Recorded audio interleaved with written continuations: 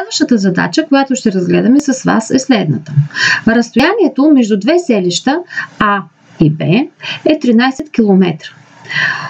От А към Б тръгнал пешеходец. 1 час по-късно от Б към А тръгнал втори пешеходец, който се движил с 1 км в час по-бавно от първия. 2 часа след тръгването си срещнал първият пешеходец. С какви скорости се движили двамата пешеходци? Ще решаваме задачата с таблица. S километра,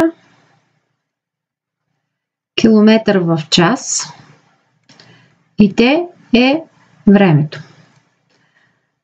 Данните за първия пешеходец от А, а тук данните за пешеходеца от Б.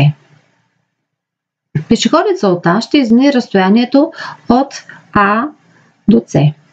Съответно, вторият от Б до С. С е точката или мястото на тяхната среща. Тук сега да прочетем отново задачата и да видим какво са ни дали. Нямаме нищо за скорости, защото трябва всъщност да намерим техните скорости. Това означава, че с неизвестното ще бъде към скоростите на двамата. Имаме обаче следната информация, че 2 часа след тръгването си втория пешеходец е срещнал първия.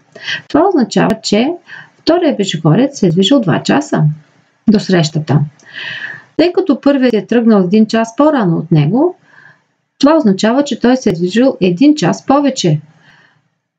Времето на вторият пешеходец в такъв случай е 3 часа. Нека да означим с хикс километра в час скоростта на първия пешеходец. Хикс трябва да е по-голямо от 0. Тъй като вторият пешеходец се е движил по-бавно от първия с 1 км в час, то неговата скорост е с 1 по-малка. Хикс минус 1 км в час ще бъде скоростта на втория пешеходец. Вече можем да изразим отсечките, които показват пътя или разстоянието, което са изминали двамата. Съответно, скоростта по времето.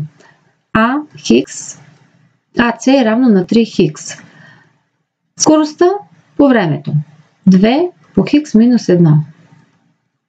Тогава АЦ, отсечката, като съберем с отсечката БЦ, получаваме цялата отсечка АБ. Заместваме отсечката АЦ с 3 хикс. Заместваме отсечката БЦ с 2 по хикс минус 1. И това е равно на отсечката АБ, която по условие е 13 км. Решаваме уравнението.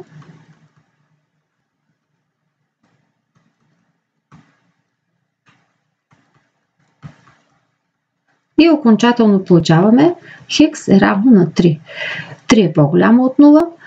С хикс означихме скоростта на първият пешеходец. Тогава скоростта на втория ще е с 1 по-малка. Неговата скорост е 2 км в час. Можем да отговорим на задачата.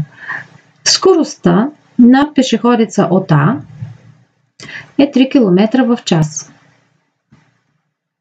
Скоростта на пешеходеца от Б е 2 км в час.